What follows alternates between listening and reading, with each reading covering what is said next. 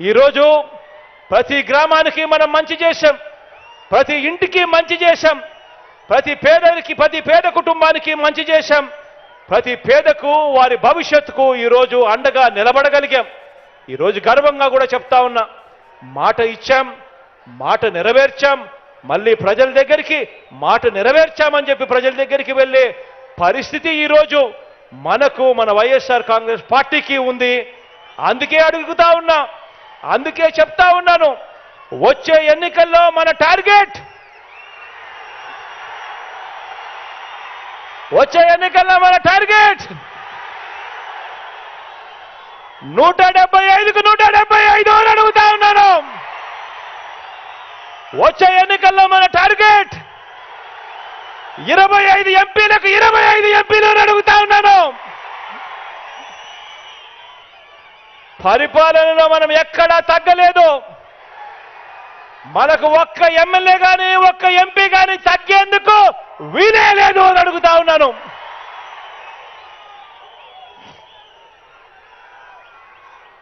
ఇది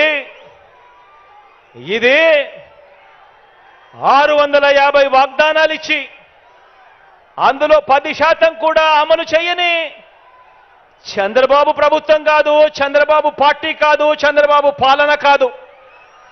ఇది ఏకంగా 99% వాగ్దానాలు అమలు చేసి మరి ప్రతి ఇంటికి వెళ్ళి మేనిఫెస్టో చూపించి ఆ అక్క చెల్లెమ్మల ఆశీస్సులు కోరుతా ఉన్న మన వైఎస్ఆర్సీపీ పార్టీ. అటు టీడీపీ, ఇటు వైఎస్ఆర్సీపీ, అటు పెత్తందారులు, ఇటు పేదవాడు. అడుగుతా ఉన్న పేదవాడి భవిష్యత్ కొరకు యుద్ధానికి మీరంతా కూడా సిద్ధమేనా అని అడుగుతా ఉన్నాను.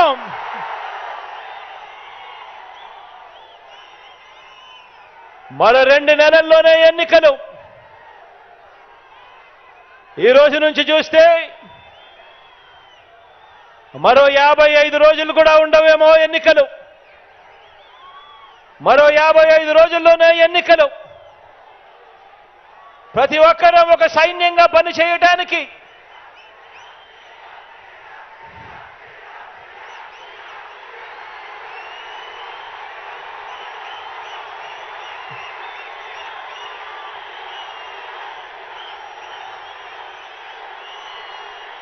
మరో 2 నెలల్లో, మరో 55 రోజుల్లో జరగబోయే కురుక్షేత్రానికి ఒక సైన్యంగా పనిచేయడానికి చంద్రబాబు ప్రచారాలు, ఈనాడు రాతలు, ఏబిఎన్, టీవీ5, ఎల్లో మీడియా తప్పుడు కథలు, వారి అబద్ధాలు, మోసాలు, వీటి అన్నింటి నుంచి ఇంటింటి అభివృద్ధిని, పేదవాడి భవిష్యత్తును కాపాడేందుకు మీరంతా కూడా సిద్ధమేనా అని అడుగుతా ఉన్నాను. వారి మీడియా, వారి సోషల్ మీడియా, వారి సోషల్ మీడియాలో వారు చేసే దుష్ప్రచారాన్ని తిప్పికొట్టాలి. దానికి మీరంతా కూడా సిద్ధమేనా అని అడుగుతా ఉన్నాను. వారి చీకటి రాతల్ని, వారి చీకటి పనుల్ని బట్ట బయలు చేసేందుకు సిద్ధమేనా అని అడుగుతా ఉన్నాను. మీ అందరికీ సెల్ ఫోన్లు ఉన్నాయా? మీ అందరికీ సెల్ ఫోన్లు ఉన్నాయా? ఆ సెల్ ఫోన్లు ఒక్కసారి బయటకు తీయండి. అందులో లైట్ బటన్ నొక్కండి.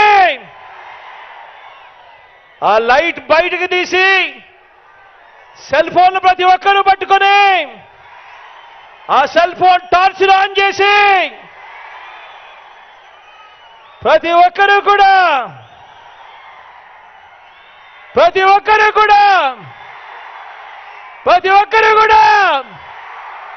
సిద్ధమే చెప్పండి.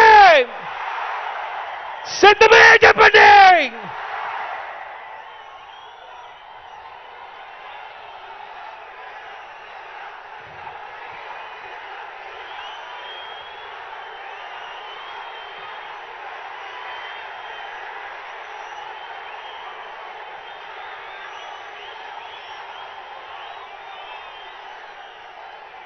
ప్రతి కార్యకర్త కూడా